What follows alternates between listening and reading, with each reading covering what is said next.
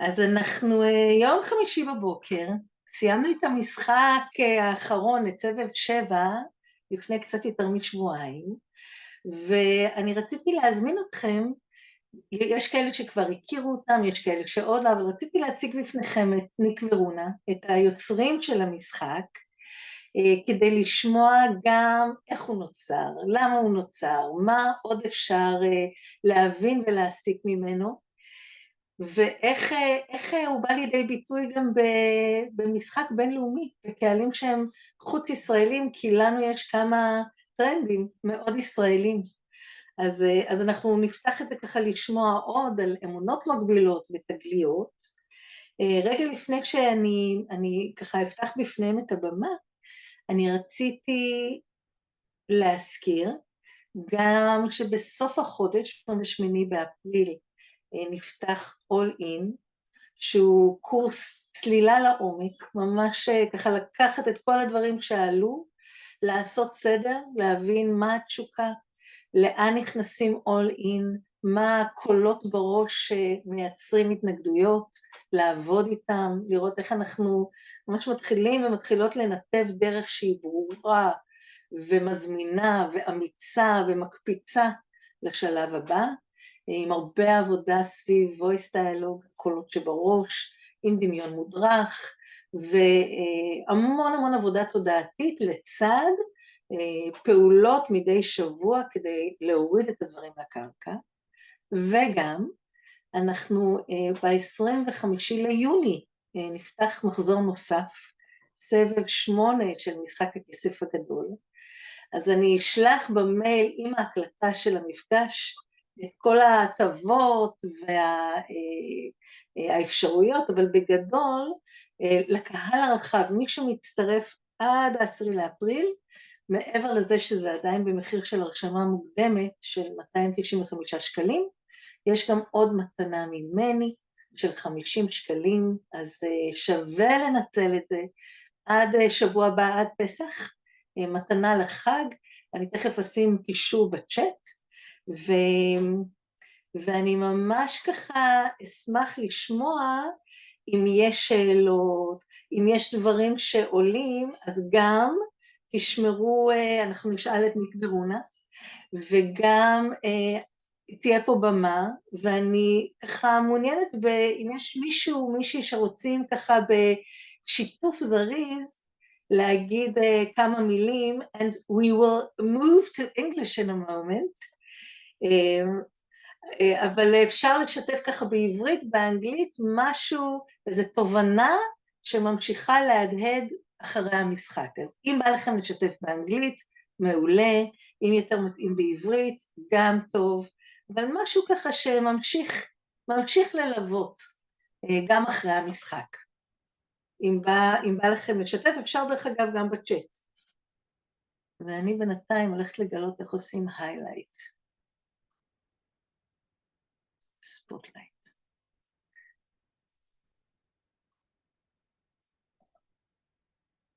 לא? אף אחד לא רוצה לשתף? אז אני... אוקיי.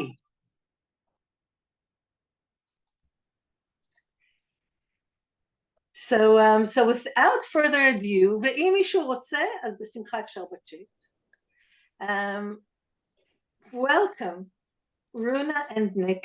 This is such fun to invite you, to have you here. I told everybody that if they have questions, they can write them in the chat. And if they're in Hebrew, I will translate. If they're in English, then we will go. Maybe we'll even leave a couple of minutes at the end for people to ask questions live. And once upon a time, more or less 4 years ago, I believe, our mutual friend Amir Glagau told me, I know 2 people who started a game with boxes and money, and you really need to check it out. And I tell everybody that basically on day 3 of your game, I already had a feeling that it was meant to be translated to Hebrew. And I turned to you and I said, I think we should meet. And luckily, you said yes. And the rest is history. So after Yeah. 7 games and almost 1,200 people, here we are. Yeah. And I thought the best thing would be for you to introduce yourselves. Um, and maybe as you're introducing, if I gave you, as you're introducing yourselves, $13 million, what would you do with them? Oh, wow. You go straight to the last day. You don't give me any chance, do you? 13 million people. I'm gonna give this, I'm gonna, gentlemen first. There you go, Nick. There you go. That's good. So my name is I'm Nicolas Haines, and I'm with Runa. We're the co-creators of the No More Boxes movement. I'm a kindness ambassador. I also practiced traditional Chinese medicine for 45 years. So I can tend to look at things from an energy point of view. Uh, and yeah, that's kind of my background. Do you want me to get, I'm already dying to spend this money. It's Well, all yours. I've already spent it in my, Already there. yeah. So I love my family and my family life and stuff. And we had a party fairly recently where we invited all the all the people that had stayed with us in our house for more than 6 months. So what we happened over the years when my kids were young, they would, particularly teenagers, they would have friends of theirs who had fallen out with their parents. One of them was living in a local park. Um, some of them were just, misunderstood teenagers, and their parents very. We live in quite an area that's quite fixed in its views and its ideas. So a lot of these children had nowhere to go. So they would come and stay with us, live with us in our house. And sometimes to such an extent, we didn't even know that they were living with us. So one of them said to me, he said, "Oh, I just want to thank you for putting up with me living here for I think been there about 3 or 4 months." And I said, Wow. "Are you? I didn't know." "Oh yeah, I'm living in the front room. We have a decent sized house." And then we had this lovely party.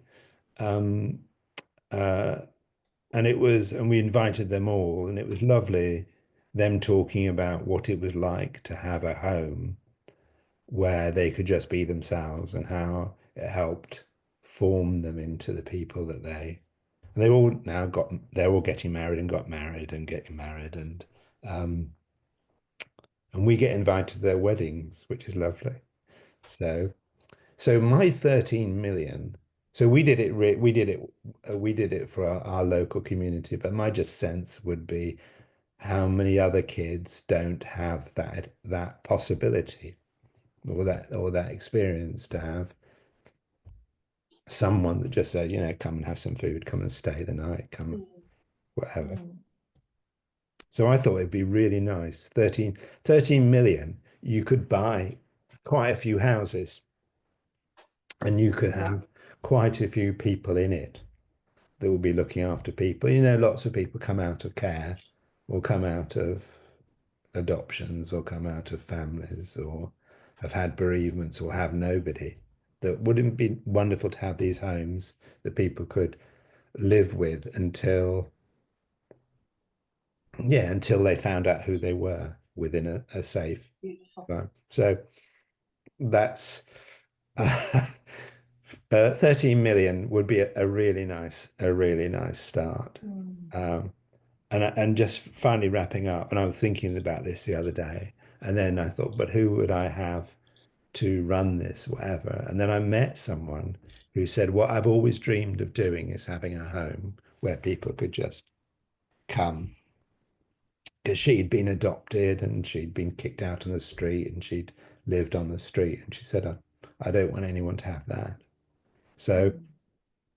I got the money, I've got the first person to run the house. What's Amazing. not to love? What's not to Amazing. love? Thank you. Hmm. I missed you. Yeah. That's my 13 million. And thank you so much for it. It's my pleasure. It's my I pleasure. really do appreciate it. You know, that changes lives. Yeah. And Runa, Oh, 13, wow. 13 million. So 13 million? yeah. So to introduce myself, I am, yes, the co-creator with Nick on the No More Boxes movement, and we even created a methodology around that. I'm also a creator of an AI called Bebby, that stands for Better, Brighter, Bolder You. And what Bebby's mission, or me and Bebby, see, I'm talking about an AI as a person. Our mission is to raise consciousness and to help people lead their own lives, not only using their minds or only using their hearts, but actually connecting both their minds and their hearts into their day-to-day lives. So this, I know that many of us are afraid of technology. I would like to create a world where we can bring in technology to make us more human, to embrace humanity. So my $13 million that I just received into my bank account, thank you very much, I would like that to go into building a team that can actually create a very simple, whether that is an app or whatever form that it would be, that could help people access their own Bebby. Because just to give you an insight of what does Bebby do, Bebby knows your vitality test profile, the thing that Nick has been evolving and creating. She knows your energy. She knows how you see the world and experience the world and how other people experience you. She also, from that, she knows the pitfalls that you are most likely going to fall into. And her mission is to help you understand you better so that you can stop reacting from a program that is no longer serving you, and you can start to respond so that you can become the person that you always dreamt to be, which I believe is, for most of us, we just want to be happy. Wow. So it's one of the reasons why I love introducing both of you to people is because it's an opportunity to see that it's not just the game that I think is so potent and magical. You two as individuals are with that energy of expansion and potential and compassion, and I think the play with boxes and with money boxes is doubly powerful because of who created the game. So thank you. Oh, it's nice to have you both here, and I wonder if you could tell those who haven't heard how the game was created. Mm-hmm. And why. How and why. Yeah, you are so good with this explanation. I'm going to give it to you. Thank you. It's full of generosity. Well, it was Runa's idea originally to start giving away all our money. And I originally, when she was describing it, and she said, we're going to do this and they've got to spend it. I'm thinking, but I don't have that much money. How am I going to get this money? And then I realized it was all a world of imagination. And we originally called it the Money Box Game. And then we thought, actually, it's more about the whole boxes thing. And then we changed its name. But I think actually starting with our money box to open it up. So it was Runa's original idea. But we'd already kind of started the whole idea of challenging our boxes and challenging our perceptions and stuff. So it was a kind of a seed of an idea that we expanded. And one of the things that, you know, you sometimes create something that is sometimes slightly ahead of its time. So, and which is why we're so grateful that you've been running it with and you've been playing with it. So one of the things that we really kind of noticed was that we all, as we entered this phase of great change in the 2000s and 2020 and a bit before that, was that the world entered many, many different possible timelines. Yeah. We could go into all different directions of timelines. And some were terrible and some were wonderful and things, but they're all sitting in that stack of possibilities. And what would be, how would we individually and how would we collectively move into a timeline that would be the world that we would like to have, where the people are at their very best and whatever. And I think, you know, playing a game that gets in under our unconscious thinking and our logic, and playing a game where we are operating in the timeline that we aspire to. We then change our identity, we change our thinking, we change our possibilities. And inherently, as a result of doing that, we then move into a different timeline. And it is a timeline of generosity and abundance and giving and exploring and being ourselves and getting out of the box. And I think once you played the game once or twice, you get into a different timeline. I'm a different person in terms of what I think is possible. One of the things that we were doing before we came on the call, we were with a neuroscientist who helped develop the game to understand the neuroscience behind playing games and stuff. And one of the things we were exploring today was, how do we create a situation where we can hold the faith around how we want the world to be, you know, to keep the faith when everything around us is telling us that it can't happen? How do we keep the faith? Where I get a lump in my throat when you say that. Yeah.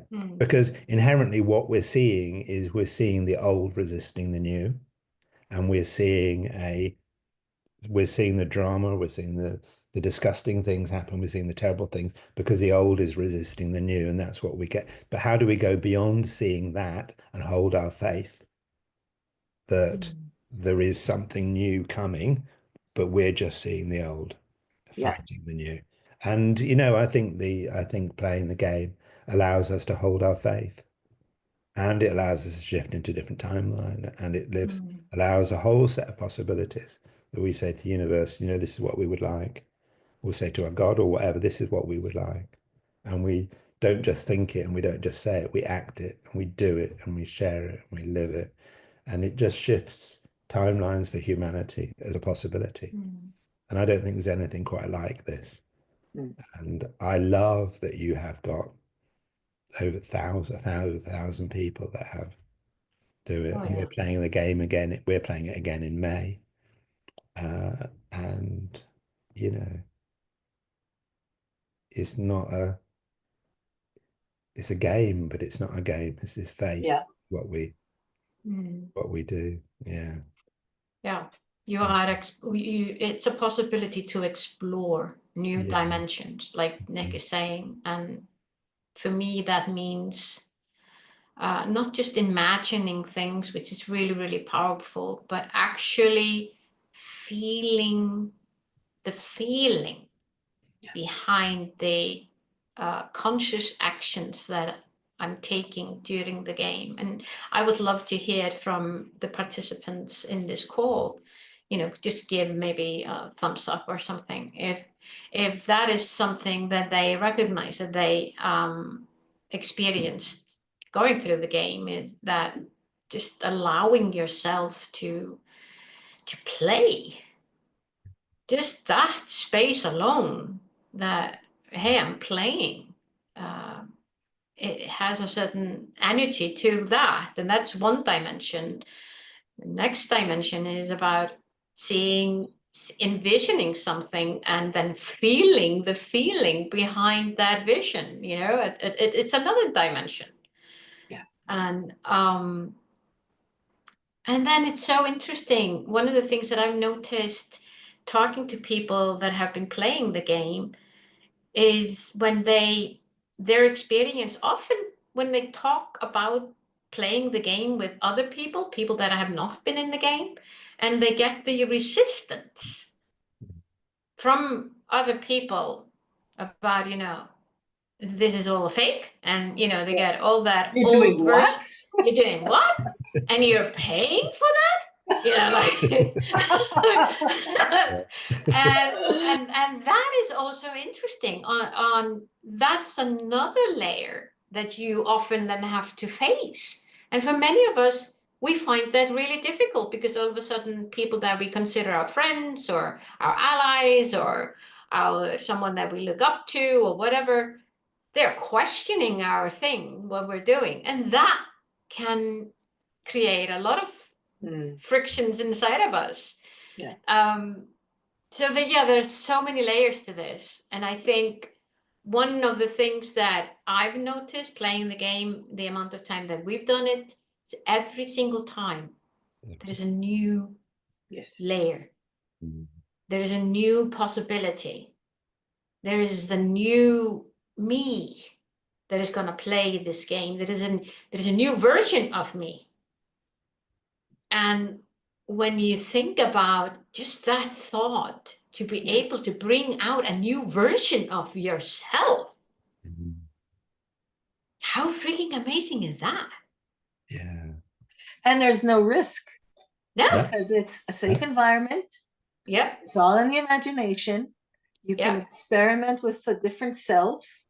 You can be altruistic in one game. You can be completely self-centered in another. And just experiment what it feels like with no risk. I love that. I just love that. Yeah. We've got one person who I was speaking to the other day, and they said, "Oh, would it be appropriate if my husband played along with me?" And I said, "Yeah, we can, if don't force them into it." They said, "Oh, I might force them into it." I said, "Well, don't force them into it. We're going to have that resistance." And she said, "The reason I want him to play the game is because I want him to know who I am." Wow. She said, I have, he doesn't know me. He doesn't know me. He doesn't know, and I don't know his hopes and his dreams and what he would spend the money on. And she said, I would like to play because I would like him to know me, as well as me then knowing myself again. And, and I think it can just be as simple as I got to know my kids in the game when they played, and that was just amazing. So I don't think we should force people, but a little bit of emotional blackmail doesn't it? Yeah. I often get, you should take my husband. He needs to be fixed. So yeah. But their time will come. I said, don't force it. Just but have. And we had families that played it together, and that was lovely. Yeah. And they would play it together.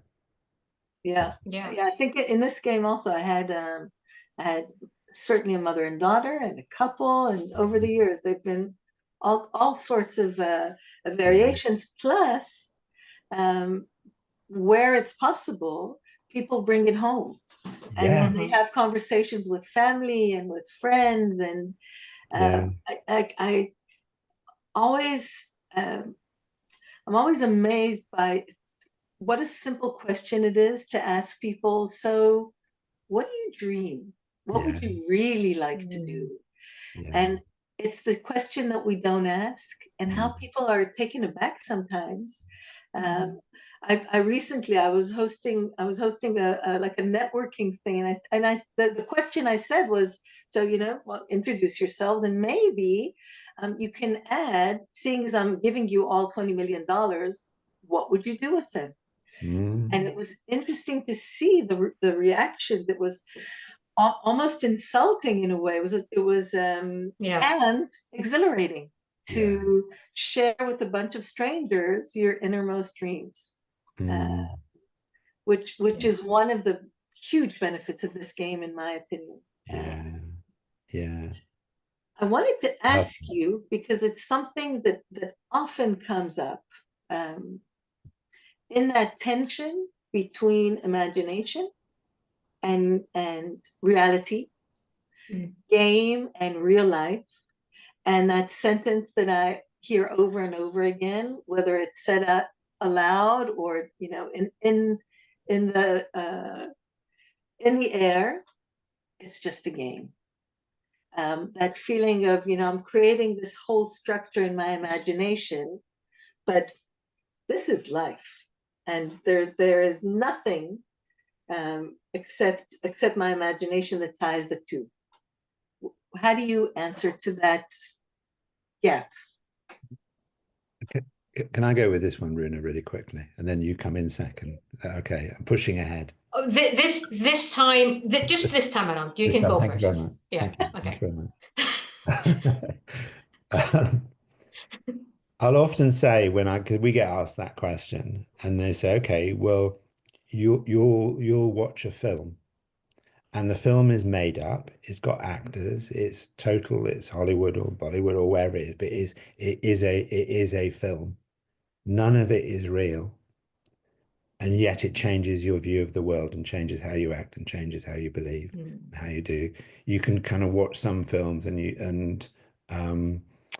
particularly some of the most moving stories of people that have done great things changes me.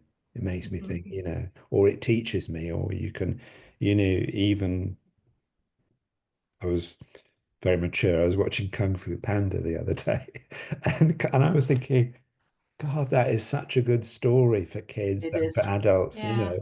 So a film is not real. A book is not real.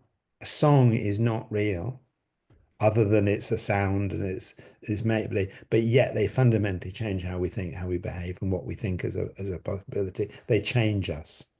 So, well, it's all imagination, yeah,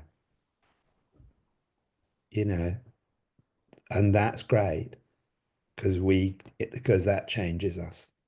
And I also think, if we're doing a collective imagination, you were talking about you do it with friends or you do it with family or do it with people, you can arrive as an individual and find your soul family, and Yeah. that changes your life and it changes your reality. And there is a gap between your current experience and your imagined experience, but the imagination bridges some gap or makes you think, actually, I'm fine as I am. Or I would actually think there's a possibility to have more. And funnily enough, I've just met the people. So when I played the game and had this idea of the kids thing, I don't think I would have met the person that said they wanted to do that if I hadn't had that experience. And who's to say I won't meet someone that says, hey, I've got some money, here we are. I like that as well. And let's do it. I have two friends that have set up something equivalent for people that are coming out of prison for have a criteria what crimes they committed. It's usually people that stole a lot of stuff to survive and feed their kids. And they have houses for people that are coming out to prison. So who's to say? Yeah. Yeah. Just because I imagined it, I met this person who then meet someone else, and then reality does change. Yeah. Yeah, that's my thinking about it. It's not. Yeah, I can add a little bit into this wise wisdom by Nick. Might be for some, might be really out of the box for some, but the way that I see this is what I call reality is what I am used to. So it's what my body is used to respond to things. And therefore I call it reality. So what if I train my body and my mind to explore the emotional state that other realities can bring me? And that is on a very, very deep level. that you can do that.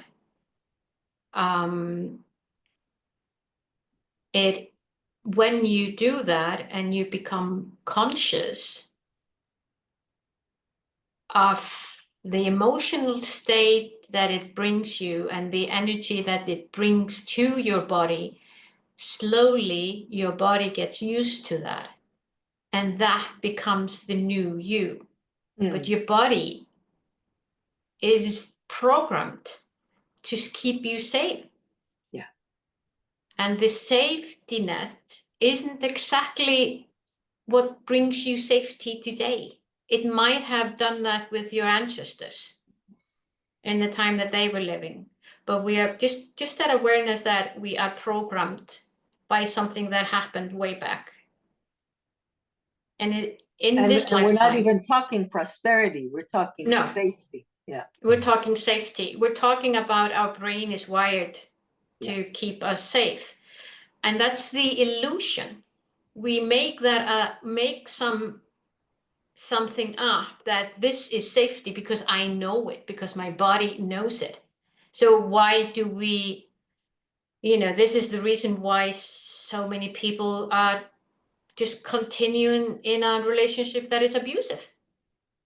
We're used to it. Yeah. It's not the best for us, but we're used to it.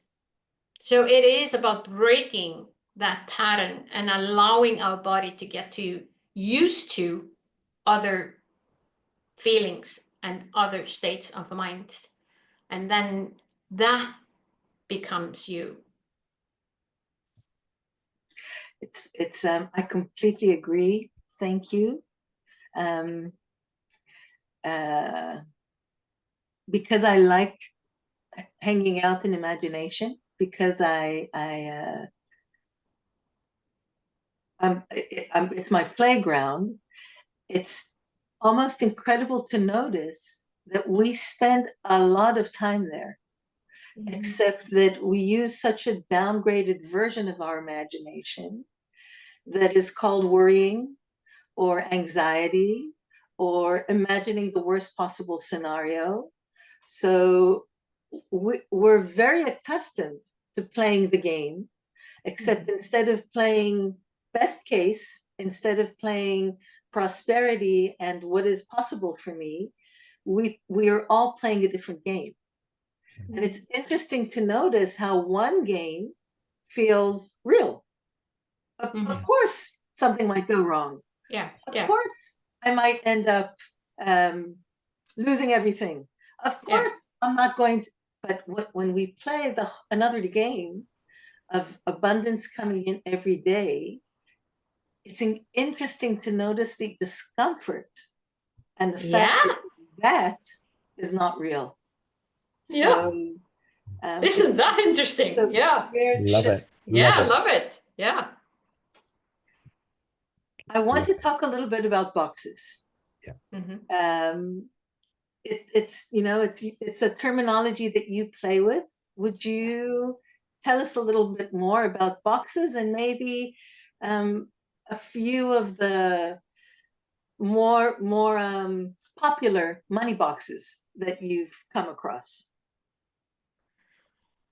Ooh. What is a box? In the simplest term, a box is a way for us to understand the world. So we, by our assumptions, and our experience, and our upbringing, we both put ourselves into boxes and we put other people into other boxes. And what that means, it could be like we use the general terms like women are this, women are kind and caring, loving, compassionate, men are strong, leaders, emotionally disconnected. You can go on and on. And from that point, just if you talk about the genders, and even if you want to take the non-binary in it, it's probably the non-binary are probably the ones that don't want to be in either. Or some of them might be. But what happens is There are two things that happen normally. Like when someone assumes, because I'm a female, that I'm kind and caring and compassionate, and they're putting something on me, right? And if my society also expects me to be that person, I might go through my whole life trying to be compassionate, kind, and caring, when in fact, I'm a very driven person with a very high energy. I have ideas. I like to make the ideas a reality. But I can feel and experience that the society and everyone around me is saying, no, you don't do that as a woman. You do this and that, and in some cultures, you have to marry someone to be able to do that, not because you want to, but that's what the society tells you to do. And the same thing goes with men. Why do we expect men to be strong leaders that are know-it-all? And we even treat many men, I see many women treat men that the way that they wholeheartedly believe that they don't have emotions, because the the the box says men don't show emotions. And what are the consequences of that? What are we seeing today when we treat another person just because that person is a male? We treat them that they are emotionless. Can I just talk with them and do whatever, regardless of where they are? So these boxes, I mean, and we can go on and on. I'm just talking about the gender here. I mean, we can talk about religion. What is one religion considered to be better than another? It's just a religion. Why do we say, I can go on and on about this. So boxes are created originally to simplify things, but the complication is we treat ourselves and others according to these invisible boxes. And that is creating conflict, it's creating misunderstanding, it's creating us and them. And it's preventing us from unifying and seeing what actually connects us. So being a conscious leader, you become conscious about how you see the world today, and I am started to use the phrase that it's a bit like our boxes are a bit like having a bad breath. You might it is. You might not notice it in yourself, but you notice it with others. And it is really for us as individuals to ask ourselves, so what is the bad breath that I need to look for in myself, so that I can actually change something? And I don't know, Nick, do you want to add your wisdom to that box? I've not heard you talk about the bad breath, but I get that. I'm immediately going. Yeah. But anyway, Because we're all there. We all have our unconscious biases. We're all there. We all do this all the time. It's about being aware of it. And I think one of the things to kind of add into this, and I love that, Runa. One of the things to add into it is that as Runa said, boxes serve a purpose. They're there. We've created them for a purpose. As Runa said, you could be to say make things simple, or for you to make sense of the world. I say, okay, you're America. You're a vegetarian. Okay, I know what you're like then. So we can make a single statement, oh, you're a vegetarian, and it has a whole lot of assumption put in it that it would be. So I now know what you're like because you're a vegetarian. I know what you're like because you're a Republican. I know what you're like because you're a Democrat. I know what you're like because you're a communist. I know what you're like because you have this faith. I now know what you're like. So it sits there as it saves our brains calories. So we can have, oh yeah, vegetarian. And sometimes we play that game. We say kind of like, oh, vegetarian. Oh yeah. So a mass murdering psychopath. No, a vegetarian. Oh, sorry. Hitler was a vegetarian. He was a mass murdering psychopath. So is that what you mean by vegetarian? No, I mean peace-loving and kind and considerate to the planet. Or you might have your vegetarian box would be, oh, self-righteous and bossy and telling me what I can eat and what I can't eat. A guilt-making trip. You know, we have all versions of our thing. So it does make sense for the world. It saves our brains calories. It also helps us understand status.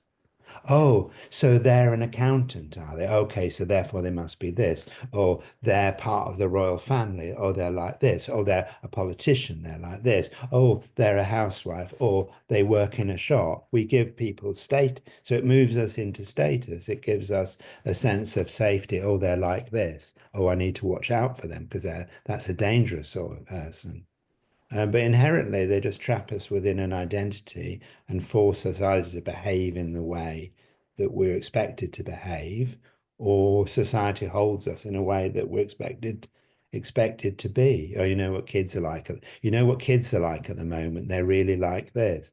Okay, does that mean every kid is like that, or have you just put them all? So they're created for really good reasons, and they have created some of the worst atrocities in the world because it allows us to victimize a certain group because they're in that box. It gives us a right to, you know, the Holocaust was a right to do that because of a thing. The slavery was a right to do that because they were black. This is a right to do that. It gives us a right to do terrible, terrible things because they're in that box. Yeah. It dehumanizes. So we have a lot of fun with the boxes and the game of the money box. The game of money, it is a lot of fun, but it's very serious, really, because it challenges us about who we are. And the boxes are everywhere, and we use them as humor. We use them as jokes.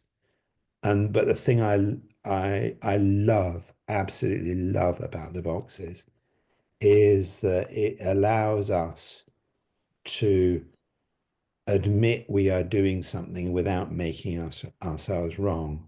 So you can say to someone, "Oh, I think you just put me in a box there." And you go, "Oh, I think I just did."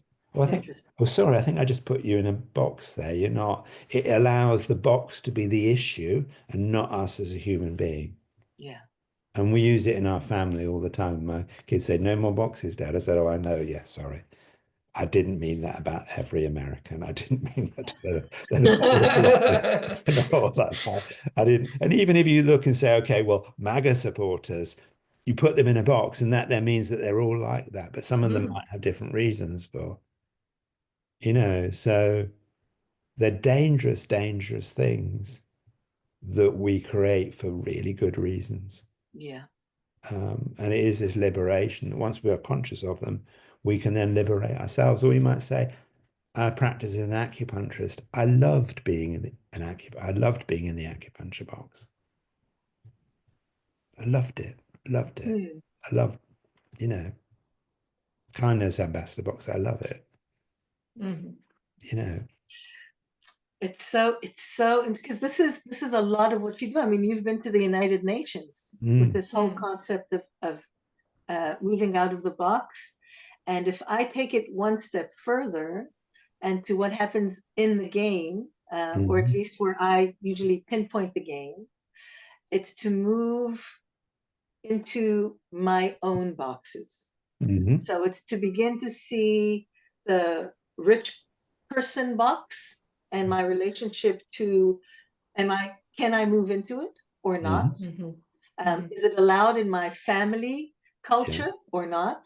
The self-centered, egotistical box. What is my relationship with that? How do I feel about that? The generous, compassionate box. Yeah. And how many people in the game, every game, I watch them enter the game in that box. Yeah. And hand money and give money and donate money, which is amazing. And I always tell them, is it you or is it a box? Is it a Yeah. choice or is it a habit? Do you have to give the money away?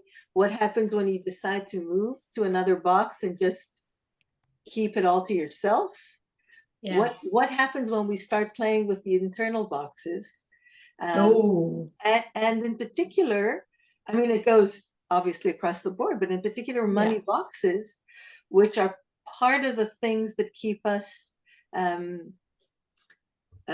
sometimes not aligned with our true self-worth, with who we really are, with what the potential of our identity could be.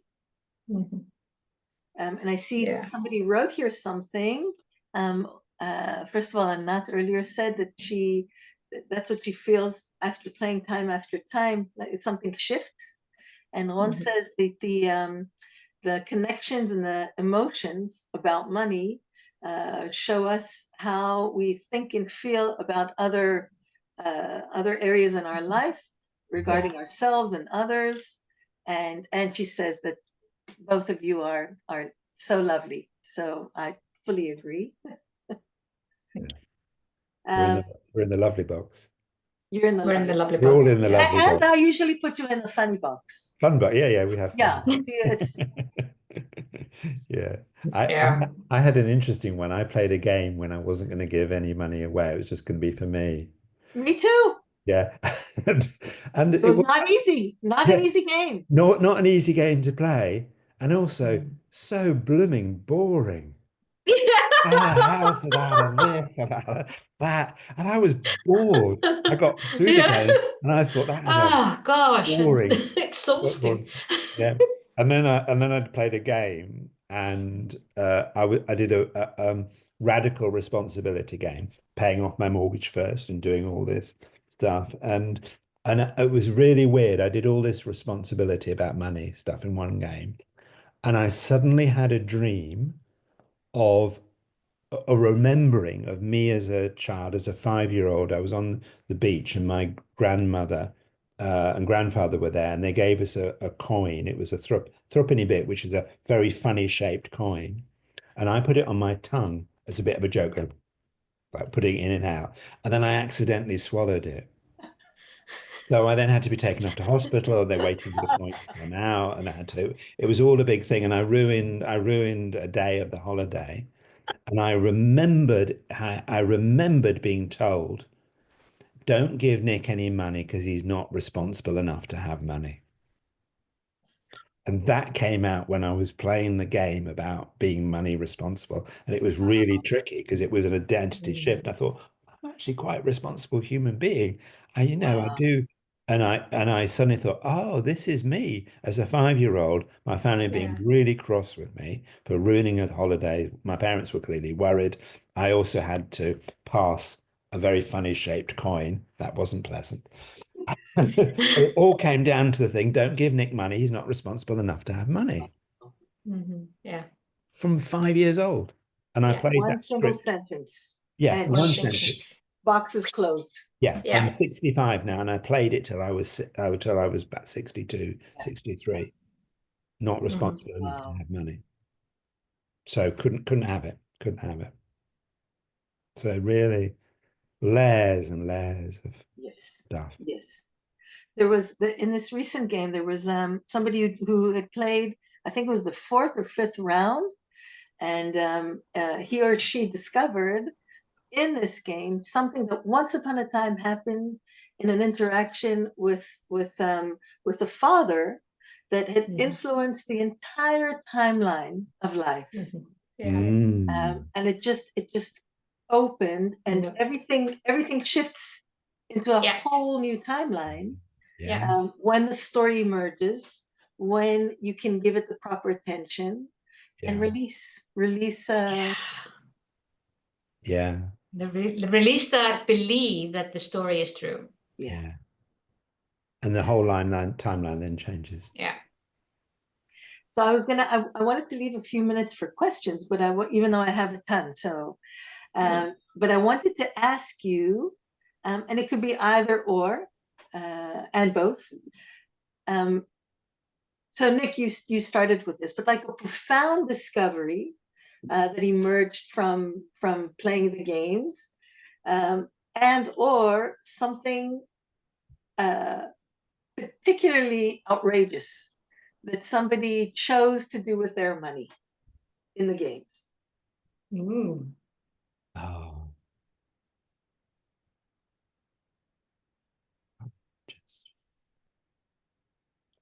Depends on which box I'm thinking in, you know. If I am in my we all need to save the world, I'm in my world savior box. Out and the environment is down, is literally the environment is, we're seeing these floods and these fires and stuff like that.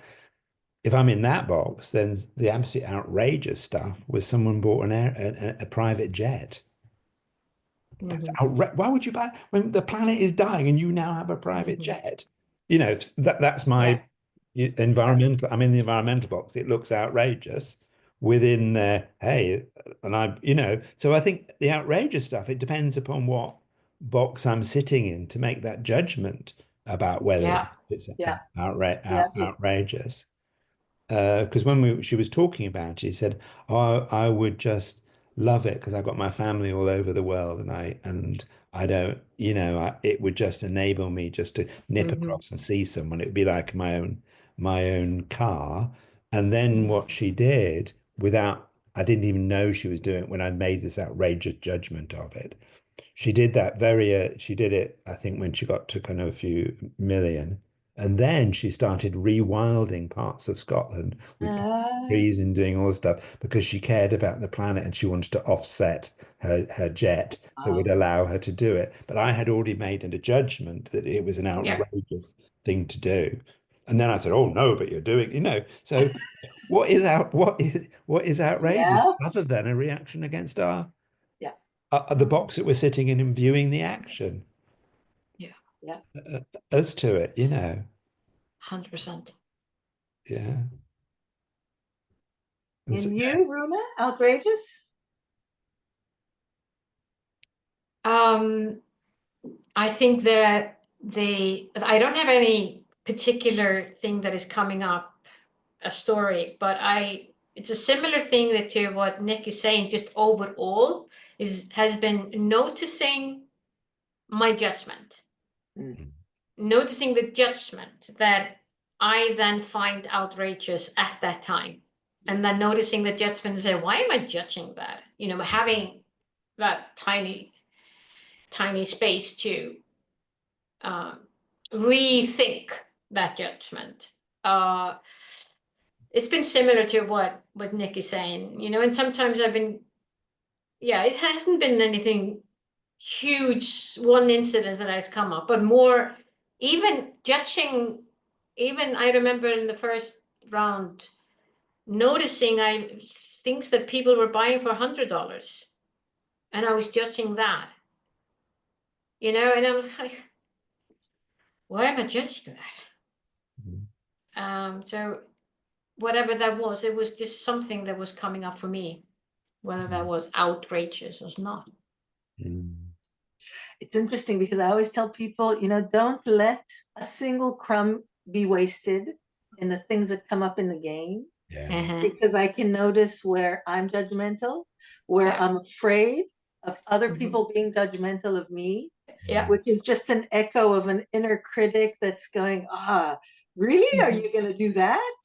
And that's part of the potential of having to share it aloud, being aware of what it means. Are my dreams worthy enough or not?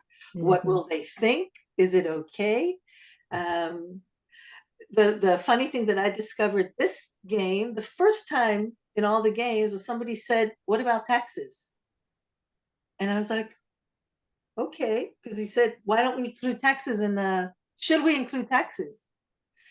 And I said, "I don't know. Do you want to include taxes? And if so, in an imaginary world, who is collecting the taxes and for what? What are they being What a good used question. for? And maybe there's an alternate system to do what taxes do." But that was It's a really good question.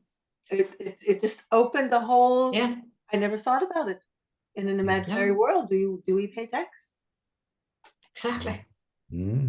So if there are any questions, you know, just raise hands, and I'm happy to open the mic.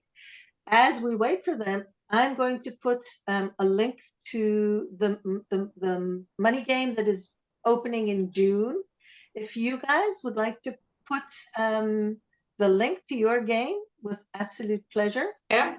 I'm adding that people who join up until next week, which is Pesach, which is Passover, there is a 50 shekel discount on the price with a coupon code that I'm adding on now. If there are questions, with pleasure, you can also write them in the chat. I'm happy to translate. And my next question, until we see if they are or not, is if you had like a tip or an insight regarding playing the game, what would it be? Something that is important for you to say, you know, were this a game that you're running, what would be an important thing for people to pay attention to or to know? I'm just picking up my first instinct here. I would go into the next game with the end in mind, meaning having a clear intention. What would I like to experience in playing this game this time? And ponder a little bit on that question and write it down, the answer that is coming up, whether that is expansion, or I would like to, what we talked about earlier, you know, being radical, responsible. What if you want to play that version? What is the outcome that you want that strategic game plan to give you back? So be really clear on that, because I think once we are very clear on that, I think the universe takes over and helps you. Yeah. Yeah. Lovely. Thank you. Yeah, I think that's such an interesting question. I'll agree with Runa. I think it's very hard to say. I think it has to be a very personal experience as to what you're deciding to do, but to have a clear. I think if you're playing it for the first time, maybe just play it, and see what shows up.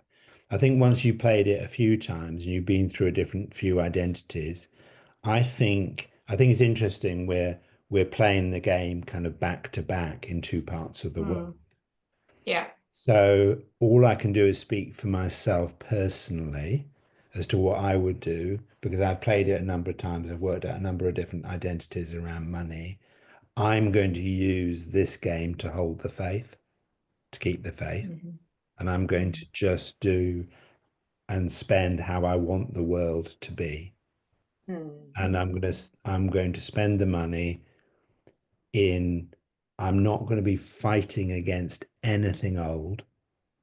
I'm not going to take a stand against anything old. Like sometimes I have, you know, I'm taking a stand against this Agendas, yes. yeah, against thing, and I'm not going to do that. I'm just going to do stuff that I have faith for humanity of how it will be, and I will fund my faith-based projects. Oh, I'm looking forward to play that game with you next. Yeah, it's kind of, I've been thinking about this a lot. I've been, you know, for me, it's been about, my word for this year is the Icelandic word insight, which means seeing from within.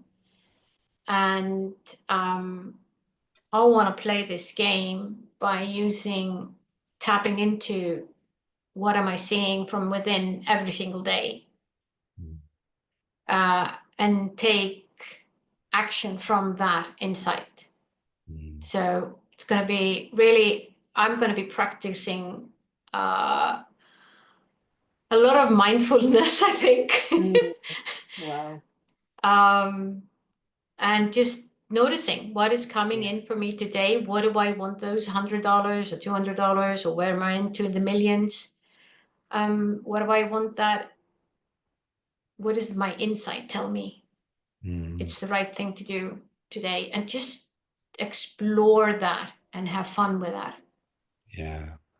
And I think one of the things that fits really nicely with is one of the things energetically we're meant to be collectively trying to do in April, May, June, and again, I think it's Yeah. interesting with back to back, as well as holding the faith. Well, the other thing we're meant to be doing is stepping into our power and our leadership, as opposed to Wow. giving it or saying other people have it, to step into. So it might be you might play the game as though I'm stepping into my power and my leadership, and I'm going to do some things that are outside of my comfort zone, but are within my power and my leadership. So am I going to start a movement? Am I going to do the thing? Or it might be your self-leadership. I'm going to lead myself way in terms of I'm going to do stuff to support the leadership of me, or what sort of leader would I be of myself? Am I going to be a kind and Wow. compassionate leader? Am I going to be to do this? Am I going to send that into the world? But we are being asked to step into our power and our leadership at the moment by showing a contrast of leaders and power, people in power, that we think actually that isn't how I would do it. Yes. Okay, you Yes. wouldn't do it. That what would you do? So I think there is a thing of holding the faith and stepping into our power, our leadership, and I think either one of those is fine. And Runa's fits along those lines of, okay, my power comes from my insight and my intuition and my feeling, and I'm going to go with that power thread, or I'm going to be a leader. I'm going to step up, whether it's in the family or the wherever you are. I'm just going to stand up and say, actually, I think that's not kind, that's not good, or whatever. So that's what we're being asked to do. So I think we're going to see slightly different behavior in the games that we're both playing than we would have, because we're being asked to do something a little bit bigger. But I think if you're just playing it for the first time, just do your money box. Yeah. Just do that. Have a peek. Yeah, or Have a just see peek. what shows up. But just Yeah. whatever shows up, as Runa's point, be conscious, and your point, Rodel, be conscious of what is you experiencing and what you're noticing. It's beautiful what you both said. Thank you so much. Next week is our Passover, which, if I had to sum it up in essence, it's that movement from slavery into Yeah. freedom. Yeah. And sometimes that movement that needs to be reminded, we need to be reminded of it almost daily. Yeah. And for me, it sometimes starts with that simple question every day of, if you have potential, what do you want? Yeah. And to practice every day, making a choice of, what do I want? Yeah. And knowing that I have that potential of abundance. What do I want? What do I want to do? What do I want to change? Who do I want to be? What do I want? Is a really powerful question. And when it's asked in game, it ceases to be, so what do you want? But it's a playful question. Yeah. So I see Ronnie asked if he could ask one question. Do you guys have another 2-3 minutes? Yeah. Yep. Yeah, sure. Cool. Ronnie, go ahead. אהלן, אני יכול לשאול בעברית, בטח. ויהיה לי... בטח. אז קודם כל אני מאוד מאוד אזכיר תודה לכולכם, גם לך וגם למפתחי המשחק, על המשחק הזה, כי באמת בעיניי הוא משהו מאוד מאוד מאוד חשוב וכאילו תורם. ואני הבנתי במשחק הזה, השני, שזה באמת לא קשור לכסף, זה באמת משהו שקשור לשחרור הדמיון, זאת אומרת, וזה הדבר החשוב והמרכזי במשחק הזה, זה לא העניין של הכסף. רק מה, כמו שבמשחק הקודם, בעקבות המשחק אז התחלתי ללמוד את הרפואה החדשה. רק רוני, אני מזכירה לך שאני רוצה לתרגם שאלה, אז אני ממקדת אותך למה השאלה. אז זהו, אז במשחק הזה שמתי לב זאת אומרת, התחדד לי כל פעם שאני רוצה לצאת לעולם עם משהו שיש לי שהוא משהו טוב, אז אני מיד, החיבור הזה של כסף ולצאת לעולם, מיד מעלה אצלי חרדה, ובמקום שזה ייתן לי אנרגיה, זה מוריד אותי, ואני ממש שם לב לזה בזמן האחרון, איזשהו דפוס. ואיך היית מגדיר את השאלה? עכשיו, זיהיתי את הדפוס הזה, אני יודע שזה קשור גם למשהו היסטורי, לסיפור רוני, אני ממקדת אותך בשאלה. כן. כי אנחנו קצת מה אני גולשים יכול בזה. לעשות עם הדפוס הזה, עם ההבנה הזאת? אוקיי, אז רגע. כי יש לי את ההבנה, יש לי את הכלים, אבל מדהים. זה מאוד מאוד חזק, זה מאוד עוצמתי, הברקס הזה. ממש. אז אני מתרגמת. First of all, thank you very much. I think Ronnie's been definitely second time, if I'm not mistaken. Okay. And lots of discoveries and things that emerged. So he was sending gratitude for the game. And he was asking about the connection between money and stepping out. Coming out with something that he's meant to teach, to bring to the world, and there's a tendency to hold back, and it's somehow that connection of putting himself out there and money. And he was asking, what can you say about this this habit, this box? It's a box.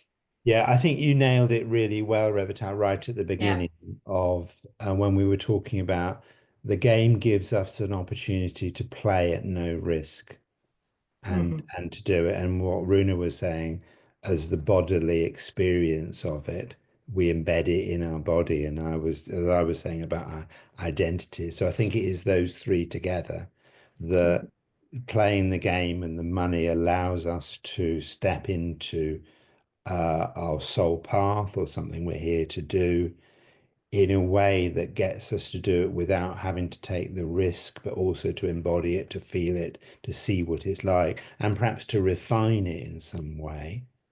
So then it's almost like a rehearsal. We're rehearsing in our body and rehearsing it in the universe, in our soul, rehearsing it in our identity. So I think it does allow us to fulfill that, but just thinking, okay, this is me just practicing. And the other thing I think, when we've had this in the game, we've had people that have said this is what they want to do, and someone else in the game says, yeah, I want to do this too, and they end up as both sides of the same coin, and individually they would both struggle, but collectively they would be able to do it. So it might be that you're playing the game to find the other person to do it with, or to find yourself to do it with. But yeah, I think we kind of, it's sitting within that matrix of playing without bodily experience and identity. I agree totally what Nick is saying. I just want to add one more thing, Ronnie, and that is the tendency that many of us have, that we want to do something and we have a vision for something that we want to accomplish, which is fabulous. What so many of us fall into, and that's the box that we are in often, is that we believe that that is going to happen in a certain order. And that, being able to let go of that expectations and be open to see how it comes into your life, that is most likely your journey at the moment. You know what you want. And rather than thinking, oh, now I've been told that it has to be, then this is the next step, and then you go next and then, because we've been kind of like programmed a lot to do that.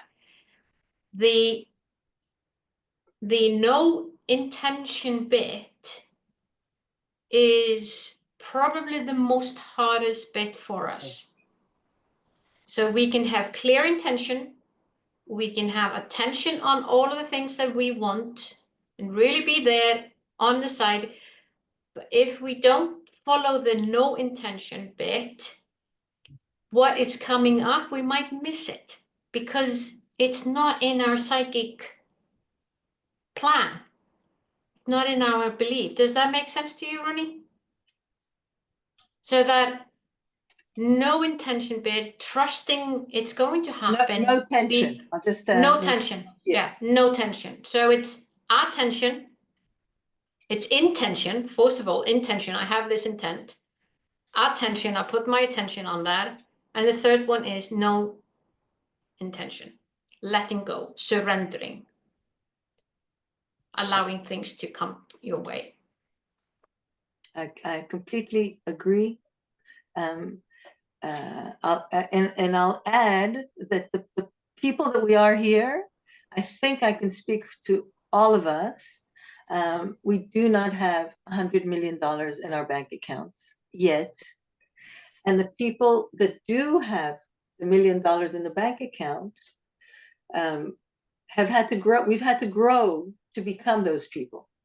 So there's a process of growth that we have to do in order to become the person that steps out and shares his wisdom. And it demands courage to finally say, I've done the rehearsing. It's good enough as it is. I'm starting to practice growing into the person I'm meant to become and stepping out on a stage. It could be a tiny stage. It could be a huge one, but it's starting to practice doing what you're meant to do. So there's no shortcut. No, there's no shortcuts. Yeah, it's no shortcuts. And it is all how we perceive things. Yeah. All. It's all about that. So even like you said, if it's a small stage, look at it's about how we see that stage. It's just like I make that a habit some time ago. Every time I stay away from my home in some other areas, I mean, I might come and I visit Nick in Nottingham in the UK. That was the year I lived in Nottingham, UK. I might have only been there for 2 days, but it was a year. I was there and I lived in Nottingham, UK. Can you imagine how my life is if I continue to talk my life about it? That same year, I also happened to live in Malta, and I also happened to live in New York, and I also happened to live in Reykjavik. You know what I mean? It is all about how we talk about our life, how we perceive it, and that then becomes your life. Thank you. Love that. Can I ask? No, Ronnie, sorry, we're really late, but you can write it to me and I promise to send it and you'll get a response. But I'm sorry, we're just, I want to respect other people's time as well. But thank you. Nick, you were about to say something. I was just about to say that we shouldn't fall into the trap that we think the people with money have got money because everything has been sorted in their head. Yeah, so that true. isn't true. They have chosen it. They've just chosen experience to have money to learn what they need to do, and we've chosen to have experience of learning how to have it in order to learn what we need to do. So sometimes when you put that two together, I've worked with people that have been fabulously wealthy, and their issues are that they're learning and what they're exploring is the fact that they have money. And that's what they're having to learn and explore and do and play with. So we're not sorting ourselves out in order to get the money. And that isn't what those other people have done already. So I think that's really important for us to recognize that. And sometimes when you get two people together that both sorting things out, one with money and one without, then become the point of balance, the harmony. But yeah, they haven't sorted stuff out. That isn't why they've got money. Yeah. They're just chosen a different route to have an experience. And you might say to yourself, oh, I'd actually like to be dealing with my shit with a lot of money. Thank you. That would be really nice. Okay, well then that's a different way of doing something. And that's what we do with the game. We give you a lot of money to sort your stuff out without having to go through the pain of it and the fear and the worry that people are going to take it from you or whatever. Yeah. Anyway, that's all I was going to say on that. That's me done. Thank you. Thank you, thank you, thank you both. As always, it's a great joy to meet and to share you with my world. And until we meet again, your game is in May. Whoever wants to play an international version, the link is in the chat, and it's a very different experience. If we had another 2 hours, we would talk about trends and what happens internationally and in Israel, but it's a lovely, different way to play, and thank you. May we change the world first with the imagination and then beyond. Yeah, definitely. Right. Okay. Thank you, Rivita. Bye. Thank you so much. Thank you so Bye-bye. much. Bye.